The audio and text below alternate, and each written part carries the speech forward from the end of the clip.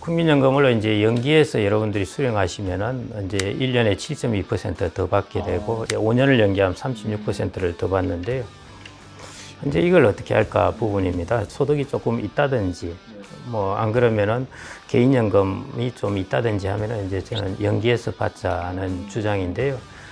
근데 이제 많은 분들은 여기에서 반대하십니다. 내가 1억 원이 내 자산의 이제 일부이다. 내가 근로소득도 내가 한 65세까지는 벌 수 있을 것 같아 하면은 이제 1억 원을 조금 프리하게 내가 활용할 수 있다 하면은 그렇다면은 저는 뭐 넣어놓고 20년 동안 그냥 안 쳐다보고 있겠습니다. 일본이 이전에 이제 그랬었는데요. 월 배당을 확정금을 어느 정도 주다가 보니까 수익이 없을 때는 원금을 가지고 주는 때가 있습니다. 주식의 가격이 떨어졌는데 원금을 주려면 팔아야 되잖아요. 가격이 떨어졌는데 팔아야 되고 결국 일종의 그것은 이제 재살 깎아먹기식일 수 있기 때문에 내가 받는다고 하지만 실제 내 원금에서 인출하는 것이니까. 그래서 저는 이전부터 중위험 상품이라는 말을 잘 가려서 써야 된다. 아무데나 상품에 중위험을 쓰게 해주면 안 된다는 것이죠. 예를 들어 ELS나 DLS 같은 경우 평소에 5%를 주다가 금융시장이 급속히 나빠지면은 마이너스 50을 주게 되면 이거는 하이리스크 상품이에요. 이 중위험 상품이 아니거든요. 그래서 이 부분이 이제 가장 중요한 부분이고요.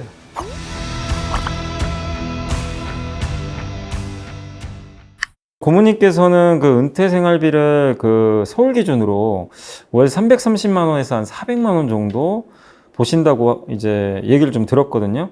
근데 이 정도 만약에 생활비를 이제 만들려면 실제로 지금 어느 정도 자산을 갖고 우리가 은퇴를 해야 될까요? 간단하게 조금만 더 이제 첨언을 하자면요. 대략 이제 350만 원 정도입니다. 서울 지역 부부 기준 60대는 이제 전국으로 해서 한 300. 그러니까 대략 이제 60대 이율을 본다면 한 300에서 350 사이 정도이고요. 그걸 이제 소득으로 환산해 보면은 세금도 조금 내야 되니까 대략 4천에서 4,500만 원 정도입니다. 국민연금 이제 서베이 자료를 보면은 쭉 생활비가 과거 한 10몇 년 동안 어떻게 변화했는가 하는 것을 알 수가 있는데 불과 10년도 채 되지 않았는데 그때 적정 생활비 이야기할 때 200만 원이라고 그랬어요. 예, 그때 300만 원이라고 그러면은 야, 뭘 그렇게 많이 드나 했는데요.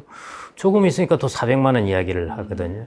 그 말은 뭐냐면은 생활비가 물가 상승률처럼 오른다는 것입니다.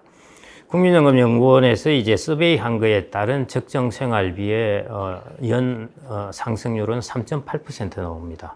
약 4% 정도인데요. 물가 상승률보다 조금 더 높죠. 3.8% 정도라면은 20년 정도 지나면은 생활비가 2배 된다는 것입니다. 그러니까 지금 한 350만 원 생활비라고 그러면은 20년 지나면은 700만 원이 된다는 뜻입니다. 그래서 여러분들의 자산에 있어서 실질 가치를 유지한다는 것이 중요한 부분이고요. 왜냐하면 생활비가 증가하기 마련이니까요. 그래서 이제 그런 부분을 이제 조금 첨언해서 말씀드리고 싶고요.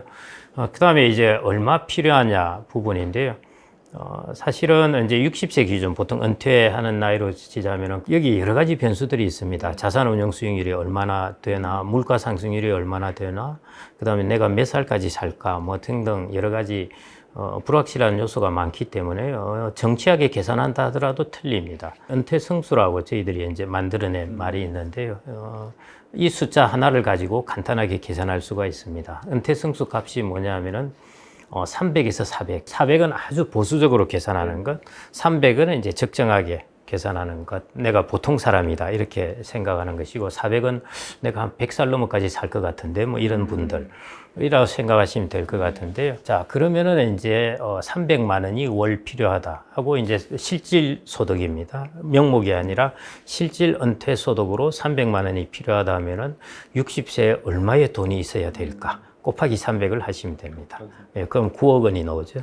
그 다음에 난 보수적으로 본다 하면은 곱하기 400입니다. 그러면 이제 12억 원이 나오게 됩니다. 그 다음에 내가 9억 원의 돈을 갖고 있는데 실질 은퇴 소득을 60세부터 시작해서 얼마를 만들 수 있을까? 죽을 때까지 하면은 나누기 300 하면 됩니다. 그럼 똑같이 이제 300이 나오게 되는 것이죠. 그렇게 이제 계산하시면 될 것 같고요.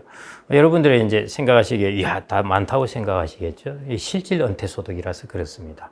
그 말은 지금 300만 원이고 내년에 10% 물가가 오르면은 내년에는 생활비가 310만 원이라고 가정을 하는 것입니다. 그렇게 복리로 증가하기 때문에 여러분들이 일반 민간에서 받는 정액형 연금하고는 완전히 다른 것입니다. 국민연금 형태예요. 국민연금처럼 물가에 연동해서 그게 실질 소득이니까요. 그 실질 은퇴 소득을 갖추려면은 은퇴 승수 300을 가지고 계산을 하시면 되고요. 이걸 가지고 여러분들이 이제 재미있게 응용을 해볼 수 있는데, 내가 국민연금을 150만 원 받는다고 하면은 60세부터 이 자산 가치로 얼마가 될까? 곱하기 300을 보시면 돼요. 4억 5천입니다. 여러분들이 이제 사람들이 자기의 자산에서 다들 국민연금 받는 것은 계산을 안 하는데요. 국민연금 받는 것을 현가화해 가지고 계산을 해보면은 그래도 자산을 꽤 갖고 있습니다. 그래서 제가 이제 농담 삼아, 농담도 아니죠. 이제 어디 교사 부부들 보면은 많이 350 받으면 700이지 않습니까?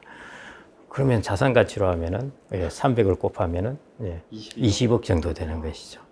그래서 그런 분들을 만나시면은 여러분들이 절대 돈 내시지 말고요. 20억 자산가이기 때문에 지금 자산이 없다 뿐이지, 그 자산에서 캐시플로우를 만들어내면은 거의 700이라는 물가 연동되는 캐시플로우가 어마어마한 거죠. 물론 이제 금리나 이런 거 운용 수익률에 따라서 좀 달라집니다. 달라지는데요. 대략 이제 300에서 400 사이 있습니다.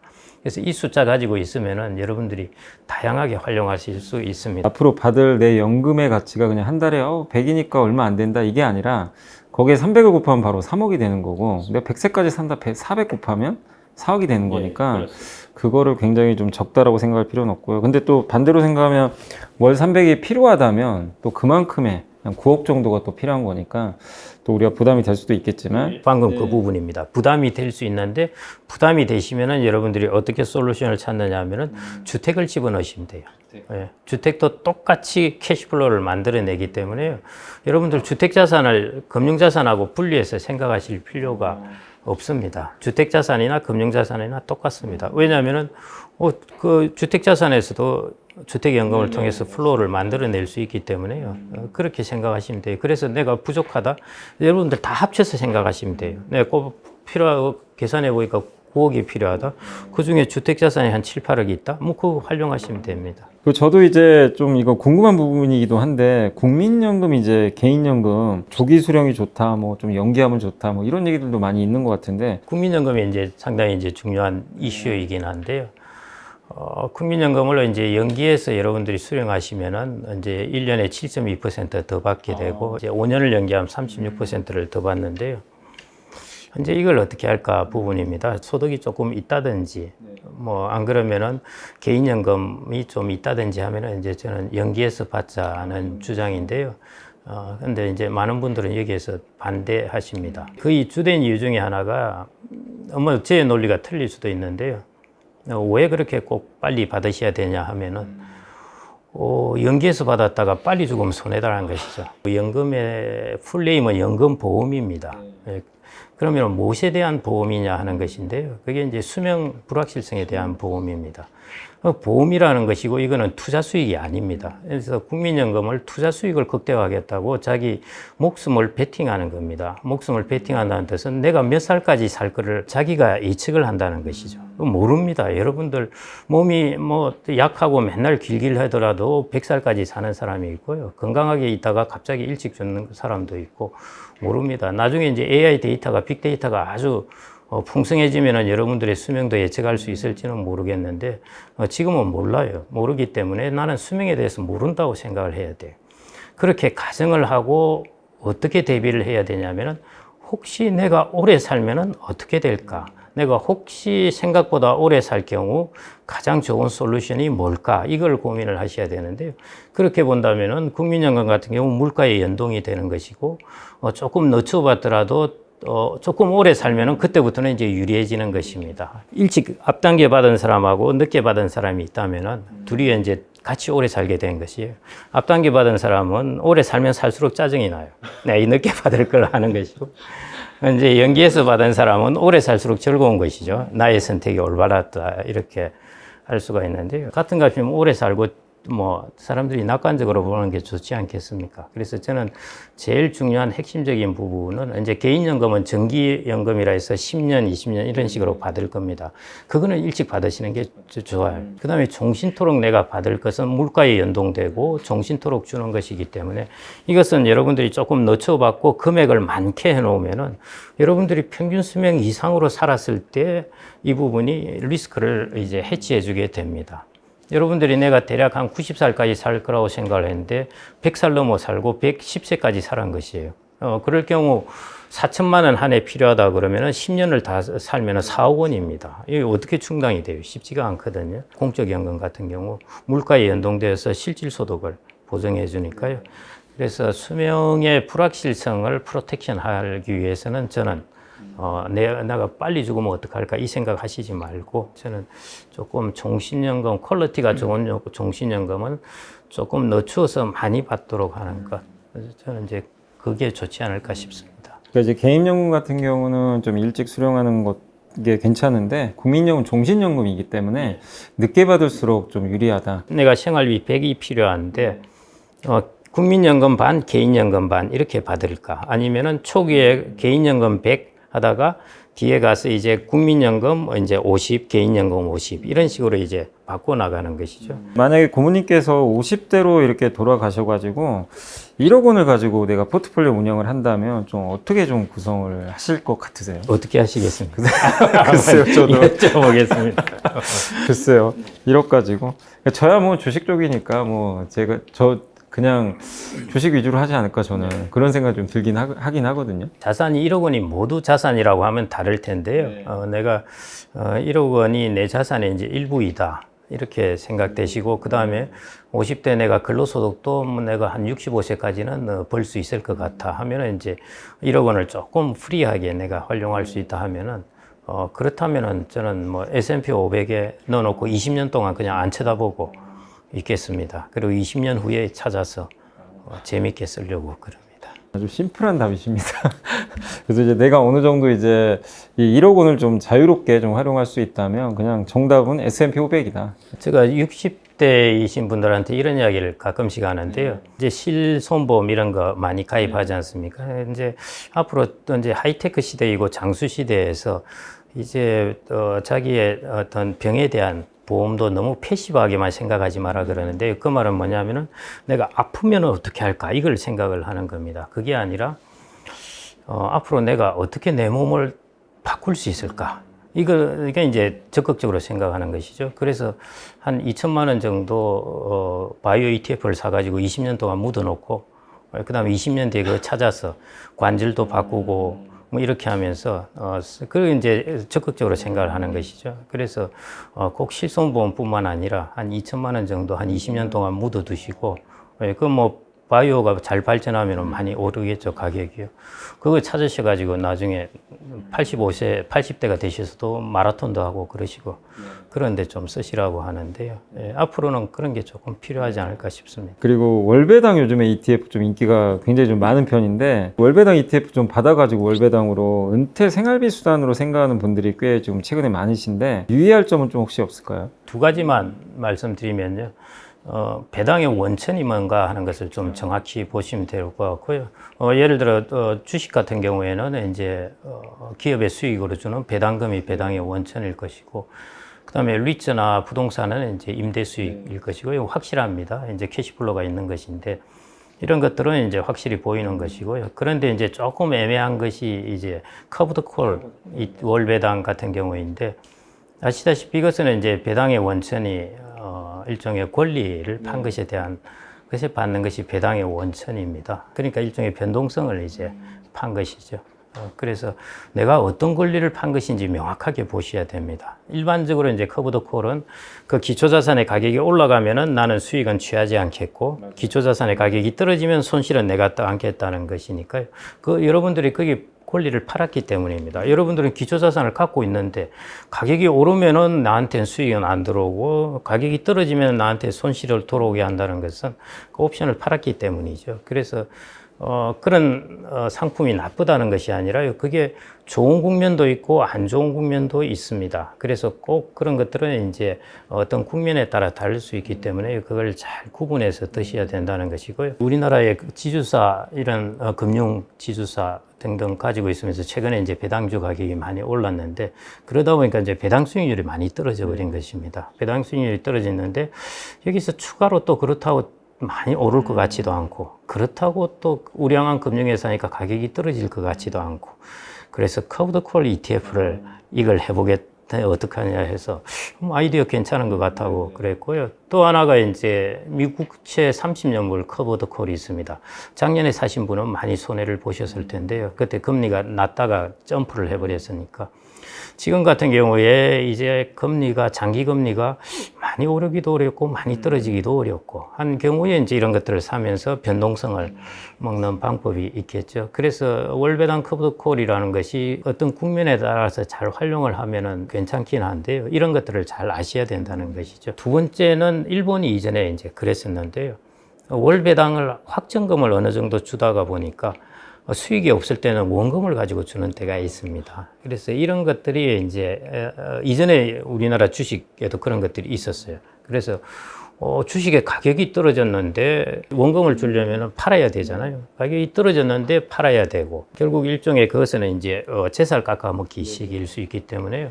내가 받는다고 하지만은 실제 내 원금에서 인출하는 것이니까 그래서 이제 그런 부분에서 원금을 어느 정도 가지고 나의 배당을 일정하게 맞춰주는 것 그런 것들이 인지 아닌지 안 그러면 순수하게 원금은 건드리지 않고 수익만 가지고 주는 것인지 하는 것들 그 부분을 좀 잘 체크해 보셔야 되지 않을까 싶습니다. 자, 그리고 ETF 고를 때 거래량, 운영 보수, 뭐 기초 지수, 뭐 여러 요소들이 좀 있을 텐데요.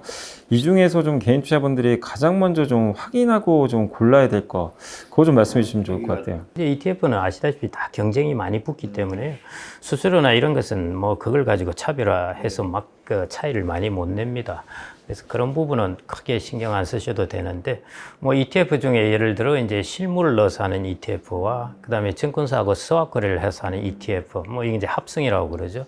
그런 것은 이제 수수료 차이가 조금 있습니다. 그래서 그런 것들은 이제 조금 구분하시는 것 정도가 필요할 것 같고요. 그 다음에 이제 ETF라는 것이 기초자산을 제일 먼저 확인하셔야 된다는 것. ETF 하면은 다 안전하다고 생각하시는 분들이 꽤 있어가지고요. ETF 마이너스 50도 많습니다. 그러니까 그런 거 아니라는 것이고요. 그래서 ETF는 가장 중요한 것은 기초자산입니다. 고가 스프레드, 거래량 등등 한다고 그러더라도 그 이면에 있어서 그 이전에 가장 중요한 것은 어떤 기초자산을 넣느냐. 액티브 운용은 펀드 매니저가 바뀌면서 또 이제 스타일도 조금 바뀔 수 있고 그럴 수 있는데 ETF는 아시다시피 처음에 정해진 그 어떤 룰에 따라서 보통 해야 되기 때문에 그 기초자산이 뭔가 하는 것을 명확히 보셔야 되는 것이고요. 이제 무엇보다 중요한 것은 이전에는 인덱스 펀드가 주로 나왔었는데 이제 ETF가 나오면서 유동성을 아주 좋게 만들었습니다. 유동성이 좋은 것은 뭐든 하여튼 단점과 장점이 있습니다. 내가 필요할 때 팔 수 있으니까 당연히 장점이죠. 그런데 이제 매매가 잦다 보니까 펀드 같은 경우 귀찮아서 잘 안 팔아요. 그냥 가지고 있는데 ETF는 잘 팔리니까 뭐 하여튼 쳐다보면서 주식처럼 거래소에서 파니까요. 그래서 이제 인덱스 펀드를 만든 사람들이 항상 걱정을 했던 것이 ETF를 투자를 하니까 장기 투자를 못 하더라는 게 있습니다. 그래서 ETF도 가지고 장기 투자를 하는데 코어는 장기를 하셔야 돼요. 근데 그 주변에 예를 들어 70원 장기를 하시고 30원 뭐 매매를 하셔도 좋은데 기본적으로 ETF도 펀드입니다. 주식 종목처럼 거래되긴 하지만요. 익스체인지 트레이디드 펀드이잖아요. 그러니까 일반적으로 펀드는 증권사나 은행의 창구에서 이제 사고 팔고 하는 것인데 ETF는 은행이나 증권사의 창구가 아니라 거래소에서 사고 판다 하는 거, 이 차이만 있을 따름입니다. 본질은 펀드예요. 그렇기 때문에 펀드는 여러분들 그 본질이 자주 사고 팔고 하는 것이 아니고요. 장기로 가져가는 것이니까 ETF가 장점이면서 그것 때문에 사람들에게 손실을 끼칠 수 있게 하는 것이 잦은 매매입니다. 수수료도 적고 하니까 잦은 매매하려고 하는데요. 그러다 보면은 마켓 타이밍은 대부분 실패합니다. 그래서 조금 좋은 섹터 혹은 좋은 트렌드 이런 것들을 가진 ETF를 사시면은 좀 장기적으로 그냥 꾸준하게 그냥 가지고 계시는 것 그게 저는 제일 중요한 부분이 아닐까 생각합니다. 자, 그리고 이제 저성장 시대에도 은퇴자들이 관심 가져야 할 그 장기 투자처가 있다면 좀 어떤 분야를 좀 꼽고 계시나요? 제가 한 4, 5년 전에 책을 쓸 때 그때 이제 역시 했던 것이 이제 AI, 로봇, 그다음에 그때 메타버스도 들어가 있었습니다. 그다음 바이오 이런 것들인데요. 저는 여전히 뭐 바이오나 AI나 이것은 유효하다고 보고 있고요. 특히 이제 저는 로봇이 생각보다 너무 빨리 올라왔어요. 그 AI 때문에 그런 것이죠. AI가 저렇게 속도가 안 빨랐으면 로봇도 천천히 올라왔을 텐데 저는 로봇이 저렇게 빨리 성장할 줄 몰랐습니다. 그래서 생각보다도 기술 혁신이 빨리 올 수 있구나 이런 걸 느끼게 됐는데 여하튼 뭐 이런 종목들 괜찮을 것 같은데요. 트렌드상. 그런데 여러분들의 코어는 그냥 저는 S&P 500이 제일 낫다고 봅니다. 왜냐하면 그 중에 M7도 다 S&P 500에 들어있는 것이기 때문에요. 그래서 코어는 뭐 S&P 500이 제일 낫다고 보고 그 외에 이제 섹터 면에서 이전부터 이제 바이오 쪽을 좋아해서 바이오 ETF를 들고 있긴 합니다만은 별로 썩 재미는 없습니다. 뭐 때가 오겠죠. 뭐 하여튼 한때 엄청 올랐었는데 예, 그래서 뭐 다 괜찮을 것 같아요. 다만 어떻게 생각하시는지 모르겠지만은 저는 메타버스가 완전히 맛이 갔는데 저는 메타버스가 꽤 나중에 유용한 시장이 되지 않을까. 제가 상상력이 풍부하고 가상의 세계를 좋아해서 그런지 모르지만요. 저는 가상의 세계들이 좀 생겨나서 사람들이 각 개인 한 명 한 명이 영주가 돼서 그런 세계에 사는 것도 좋을 것 같아요. 네. 이거 세상이 멋지잖아요. 자기가 룰을 만들어서 여기 찬성한 사람 들어와라. 나는 영주다. 뭐 이렇게 하는 그런 가상의 세계도 아마 인간이라면 그런 걸 만들 겁니다. 사실 몇 년 전에 그 메타버스가 한번 확 열풍 왔다가 그냥 갑자기 꺾여가지고 갖고 계신 분들 입장에서는 참 이게 메타버스라는 게 좀 속이 쓰릴 수 있지만 이제 고모님께서는 그래도 지금 당장은 아니더라도 또 결국에 한번 이제 긍정적인 모멘텀이 오지 않겠냐라고 좀 한번 생각을 해주셨고 그리고 역시 그 기본적으로는 S&P 500 같은 이런 자산에 계속 투자를 하는 게 정답 아니겠냐라고 또 좋은 말씀을 해주셨습니다. 바이오나 이런 쪽이 특히 가지고 있는 이유 중에 하나는 이제 고령 사회입니다. 예. 선진국은 이미 이제 고령화 비중이 높은 거고요. 이제 소득이 많은 노인들이 많이 생겨나는 것이죠. 미국 같은 경우에 이제 보면은 이제 그 베이비 부모들 2차 대전 후에 태어난 베이비 부모들이 전체 자산의 한 55% 정도를 이제 그 친구들이 가지고 있습니다. 여전히 돈이 많은 세대들인 것이죠. 그래서 이제 미국에도 마찬가지로 이제 아마 지금의 이제 MZ 세대들은 부모 세대들보다 돈을 못 버는 첫 세대가 될 것이다. 뭐 이런 이야기도 하고 그랬는데요. 그래서 이런 사람들이 이제 어디에 투자할 것인가 하는 것이죠. 최근에 여러분들 이제 톰 크루즈나 브래드 피트 다 보셨겠지만은 갑자기 사람들이 젊어졌어요. 예, 완전히 탈바꿈을 했는데. 그런데 돈을 쓴다는 것이죠. 이제 저는 시작이라고 보고 있고요. 그런 면에서 이제 저는 그 고령사회하고 맞물려서 괜찮은 영역이 저는 이제 바이오 쪽하고 헬스케어, 디지털 헬스케어 있을 거고요. 최근에 제가 혈당 패치를 한번 붙여봤는데 정말 끝내줍니다. 하여튼 디지털 헬스케어가 있을 거고 그 다음에 로봇입니다. 일본에서 이제 로봇을 활용해가지고 고령자들의 케어를 상당히 하고 있는데 그 이전에 일본은 94년, 90년대부터 시작을 했어요.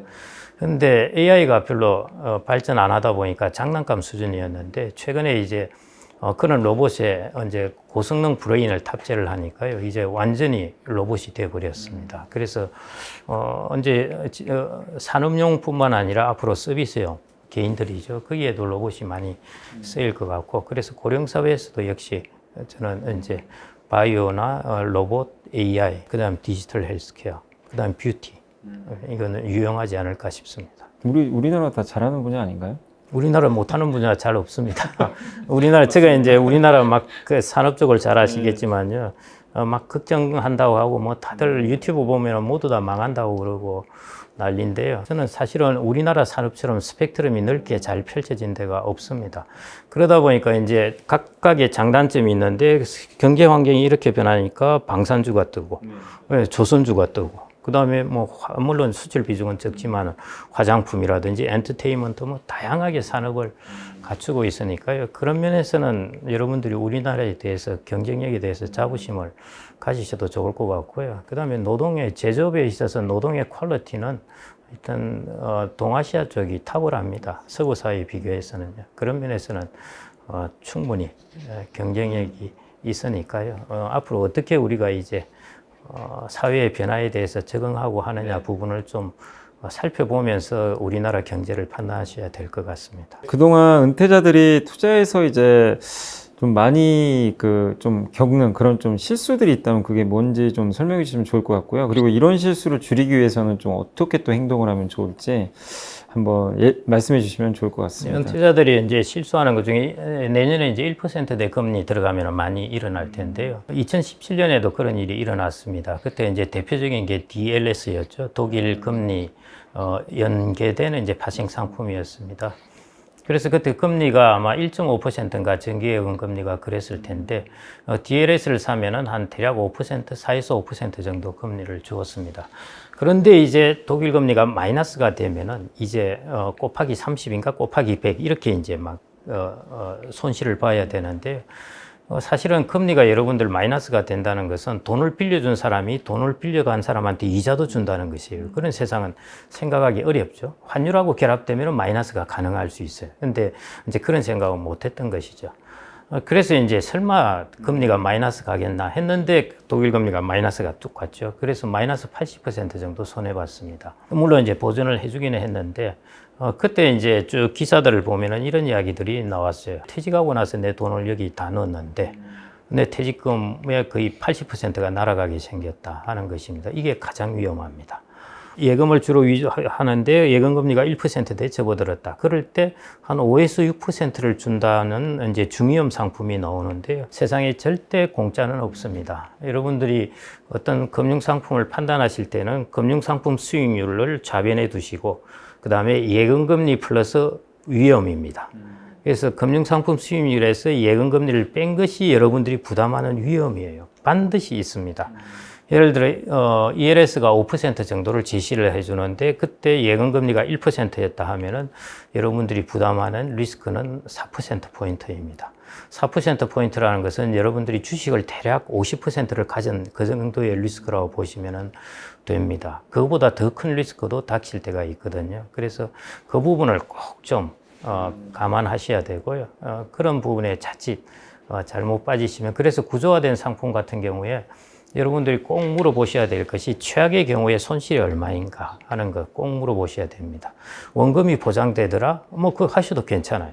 그런데 1% 확률로 뭐 90% 손해볼 수 있습니다. 하면서 이제 단서가 붙습니다. 그런데 1% 확률인데 그런 일이 일어나겠습니까? 이러는 거죠. 일어납니다. 30년마다 케네스 갈브레이트라고 이제 유명한 금융사학자가 있는데요.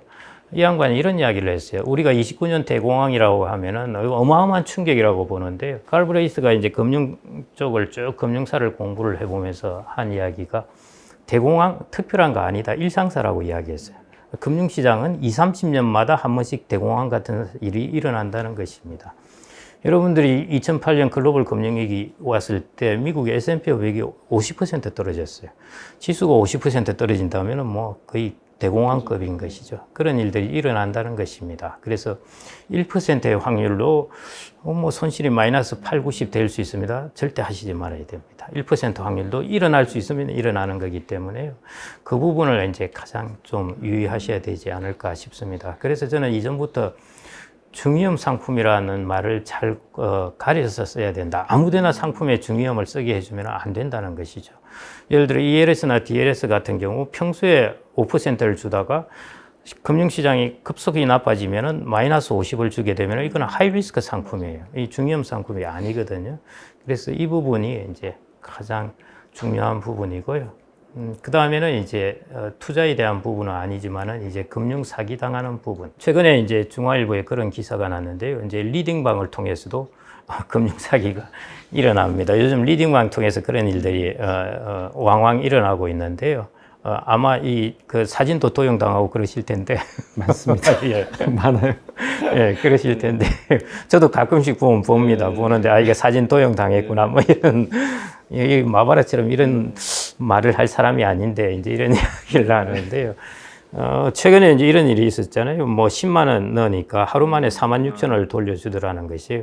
그래서 300만 원을 넣었더니 이제 4천 몇백만 원이 된 것입니다. 그래서 야 이제 합리적으로 생각을 했죠. 이제 내 돈 찾아야지 했더만은 수익금의 25%를 수수료로 주셔야 됩니다 했어요. 그래서 25%를 수수료로 송금을 했더니 이름을 잘못 보냈습니다. 다시 송금해 주세요. 해가지고 그렇게 끌려가서 송금해서 6천 몇백만 원을 송금을 했다는 것입니다. 그래서 300만 원 돈 넣었다가 6천 몇백만 원이 날아간 것이죠. 여러분들 고수익 하루 만에 47%의 수익을 주었으면요. 어마어마한 하이리스크입니다. 이게 안전하다고 생각하셔가지고 돈을 더 넣는 것 자체가 말이 안 되는 것입니다. 그래서 이런 부분을 조심하셔야 됩니다. 두 가지 좀 잘 말씀해 주셨는데 뭐 중위험 상품이다 뭐 그렇다 하더라도 그 안에 구조를 이게 어디까지 손실 볼 수 있는지 잘 한번 그걸 확인하시고 꼭 투자하실 걸 좀 권유를 드렸고 요즘에 또 금융사기가 워낙 많으니까 그 부분도 좀 주의하자라고 언급을 해 주셨습니다. 자 이제 마칠 시간인데요. 마지막으로 저희 그 ETF 아는 형 구독자분들께 마무리 인사 해주시면 좀 감사하겠습니다. 일단 ETF는 결국 뭐 그게 목적은 아니니까요. 수단이니까 여러분들이 ETF를 저도 ETF 많이 하고 있는데요. 잘 활용을 하시면은 정말 자산 관리하는데 좋습니다. 글로벌하게 좋은 자산을 얼마든지 가지실 수 있으니까요. ETF를 잘 활용을 하셔서 여러분들 생애 자산 관리에 아주 극대의 효과를 나타내시기를 바랍니다. 자, 오늘 이제 김경록 고문님과 함께 은퇴 준비의 현실과 해법을 깊이 있게 들어봤는데요. 현실적인 숫자와 전략뿐만이 아니라 장기적인 투자 철학까지 담긴 조언이었습니다. 자, 오늘 이야기들이 시청자 여러분의 노후 설계에 큰 도움이 되시길 바라겠습니다. 자, 고문님 귀한 시간 내주셔서 정말 감사합니다. 감사합니다.